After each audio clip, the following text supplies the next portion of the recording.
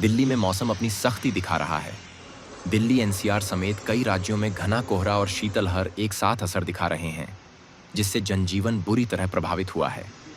ऐसे में दिल्ली के कई हिस्सों में घना कोहरा छाए होने के कारण विजिबिलिटी कम हुई।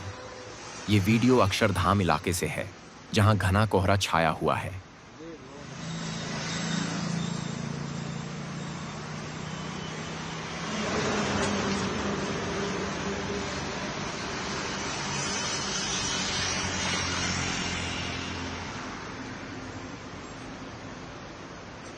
हाँ मिश्रा जी।